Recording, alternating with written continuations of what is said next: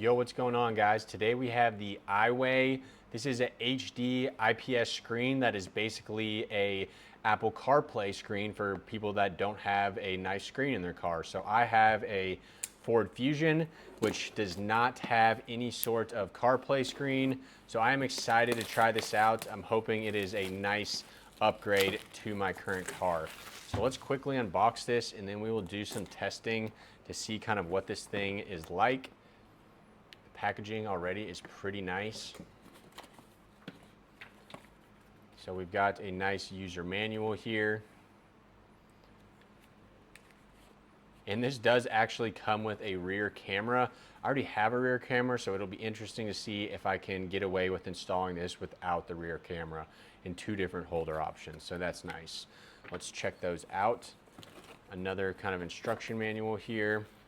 And then it looks like we've got the screen itself.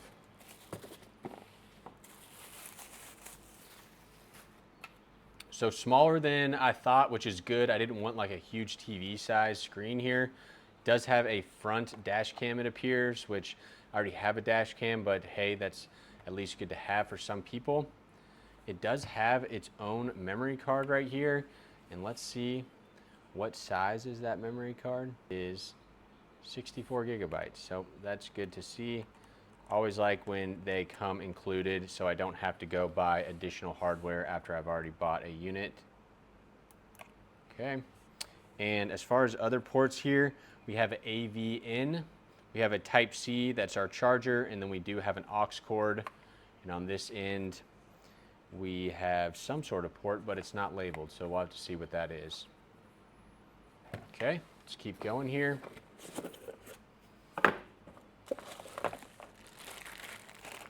Here is our rear backup cam, basically the exact same that comes with your typical Amazon dash cam, so that's not surprising to see.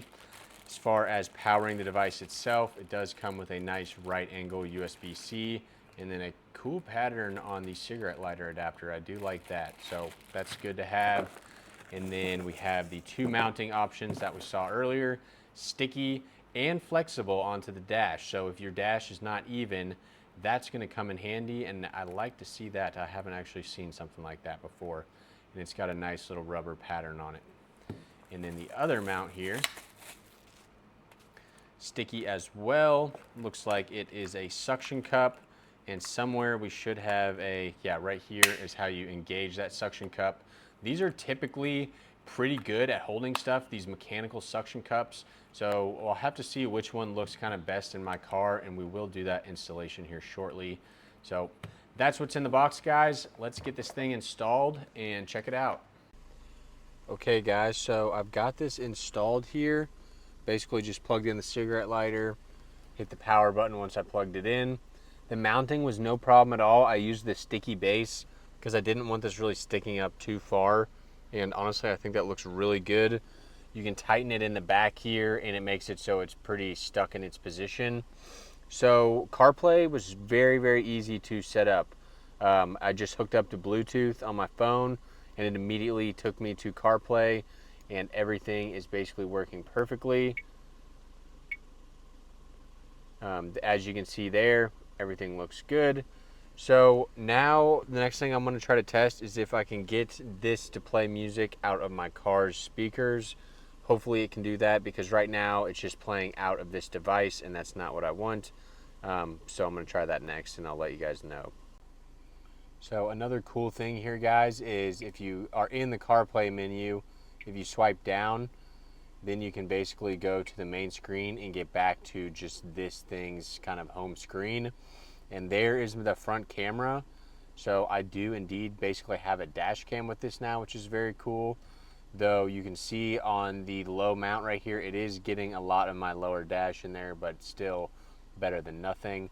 So one thing I definitely want to do is turn off the sound that it's making every single time. So let me see if I can find that in here. All right, there we go. I got that turned off, so that's nice. This is actually working perfect. So I have it playing out of my car stereo, but it is definitely playing through this right here. So I can change it. I don't know what this is, but So that is awesome. It's basically doing everything I want it to do. I've got the loud squeak noise turned off when you touch the keys, and overall it's just working absolutely perfectly. So I think this thing is pretty sweet. If you have a car that's too old to have CarPlay, then this is the next best option, guys. I will leave a link to this down below. And if you're interested in any other tech reviews, I will leave my playlist up here. Checking back in, guys.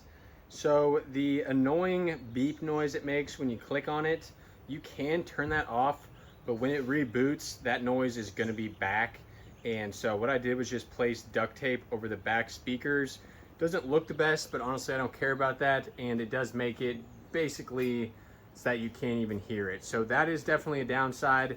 That annoying beep is very hard to get rid of. You can set the sound, but it's gonna come back.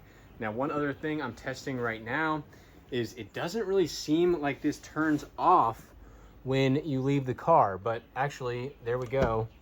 It did turn off. So I'm gonna check that a few more times just to be sure. But last night when I was testing it, it was not turning off.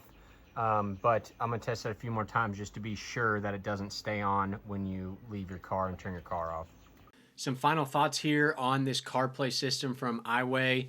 There's one other downside that I noticed after using it for a few days, and that is as you're driving, like on the highway, if you're getting into kind of shaky territory, the monitor on at least the mount that I'm using, the low mount, shakes like this, and it's pretty dang loud and pretty annoying. So it will be very easy to fix. I just bundled up some not paper, but like cotton, and kind of wedged it underneath the monitor, and it holds it steady, and that fixes it.